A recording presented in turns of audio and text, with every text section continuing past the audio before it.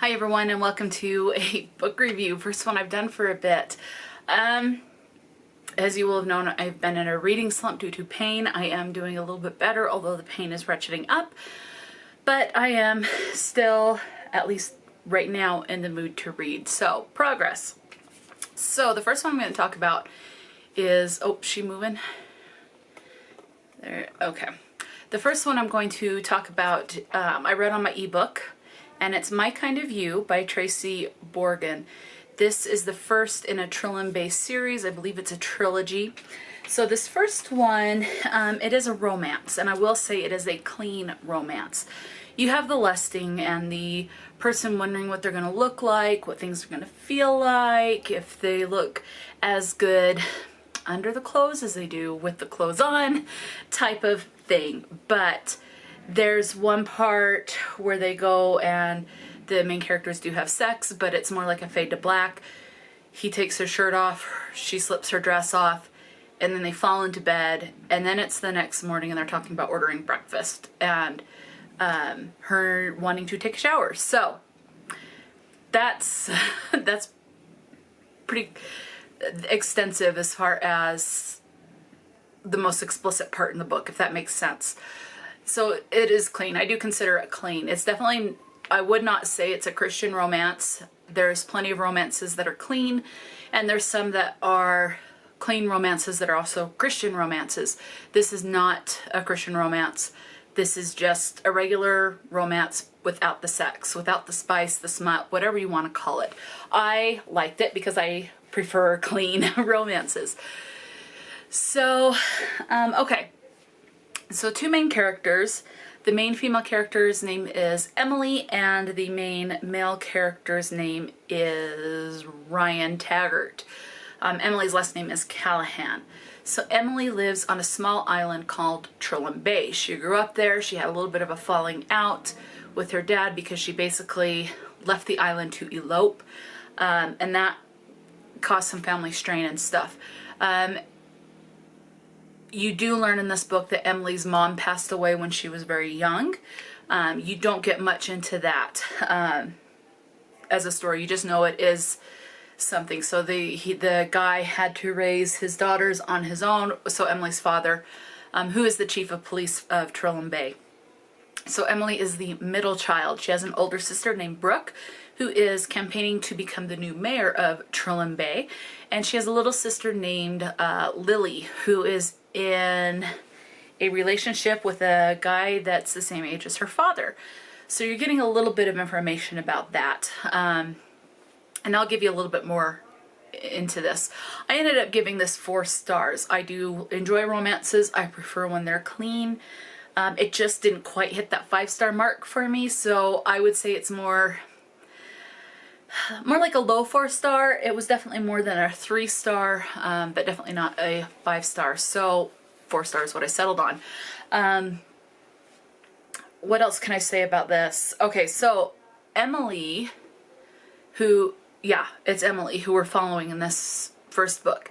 Emily lived in, I believe it was, I'm mixing it up with California and Texas. I can't remember. I want to say she lived in like Sacramento. I could be wrong, but then I keep thinking San Antonio. I think Emily is from one of them and Ryan's from the other, so you can kind of see why I got that mixed up. I think Emily's from California. So let's start with the main female character, Emily. So when she was there, she does have a daughter who's like 11 or 12 in this book. Emily was in a business doing like house flipping. So they would buy rundown houses, renovate it, and then turn around and sell it and make a profit. She's been doing that. This most recent purchase ended up being a huge issue. There were a lot more issues with the house than they thought there were. So Emily ended up having to borrow money from her grandmother. Her grandmother's name is Gigi, and she is a spunk of a woman, loves to drink martinis, and she's been through 3 husbands. You do learn that quite a bit, and she's proud of it. And there's nothing sinister there or anything. It's just all been unfortunate accidents or or natural causes type of a thing. But you don't get really more information other than Grandma Gigi has had 3 husbands. So, so Emily ends up in major debt because of basically the house flip that has gone wrong. So she borrows she borrows money from her grandmother Gigi. And because she does this, Emily goes to Trillium Bay for the summer with her daughter Chloe. So Chloe is Emily's daughter, and Emily starts renovating this property that Gigi owns to turn it into kind of like a bed and breakfast for the small town. One thing that you're told quite a bit in this is that there is a lot of Irish ancestry. They do fall back on how Irish can hold grudges. There is a standing long grudge for generations between the Callahans and I think it's the Mahoneys. So you get a little bit of that. That was fun to read. That was interesting. The oldest lady on the island is like 101 or 102. And so anyway, Emily is renovating this house to work off her debt for her grandmother, or that she owes her grandmother. So in the process of coming to Trillium Bay, she meets Ryan, who is the male flame in this. And Ryan owns a business with his company where they also do renovation projects, and they will do things bigger like renovating businesses and hotels and things like that. So Ryan's dad happened to move to Trillium Bay, and it happens to be Ryan's dad and Emily's little sister Lily, who are having a little side relationship. So Ryan and Emily kind of get together to try to plot a way to break up Lily and Ryan's dad. I don't remember Ryan's dad's name, but that doesn't matter. So anyway, it's a romance. You have a lot of lusting. They both think each other is hot. They wonder what each other looks without their clothes on, what kissing each other would be like, and so much more. And that's pretty much it. It's a romance. You can guess what happens. Towards the end of the book, there is a little miscommunication issue that goes on, but it does become resolved by the end of the book. By the last chapter, you get a resolution regarding that miscommunication. And secrets being held and things like that. One of the characters in the book, I think his name is Dimitri, and he wears a beekeeper outfit, and he can't keep a secret on this island to save a life. So if you have a secret, you best be keeping it to yourself, because if you tell one person, the whole island is going to know, type of a thing. That's how small it is.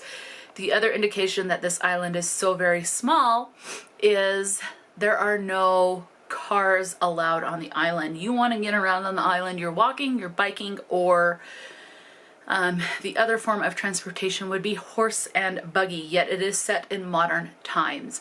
I love the small town vibes. I would actually love to live in a small town, but I just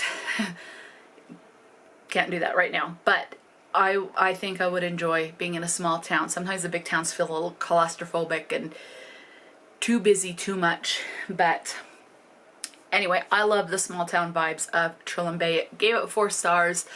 I did like the writing. I did feel like the lusting was a little bit too much at times, and I think that's what brought the star rating down a little bit for me. But overall, I did enjoy it. I thought the writing was well done.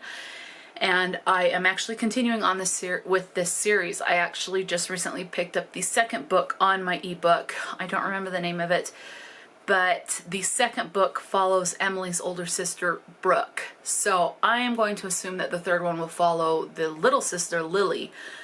Could be wrong on that, but that's kind of what I'm hoping, but we'll see.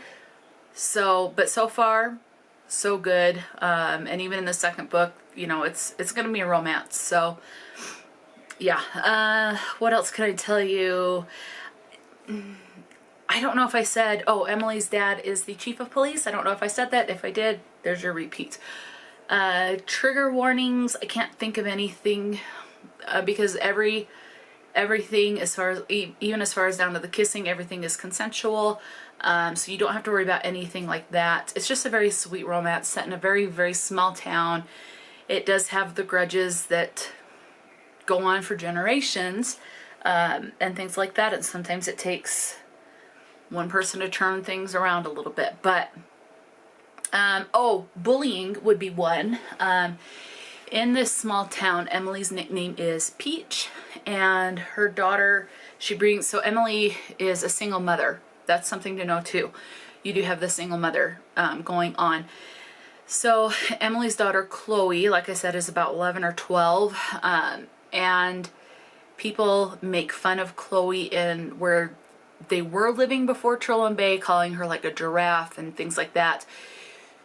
So when she goes to Trillium Bay with her mother for the summer, Chloe makes best friends and is having the best time of her life, and even hints that she wants to move there. So there is that, and setting things up for some foreshadowing and things like that. But I did thoroughly enjoy this book.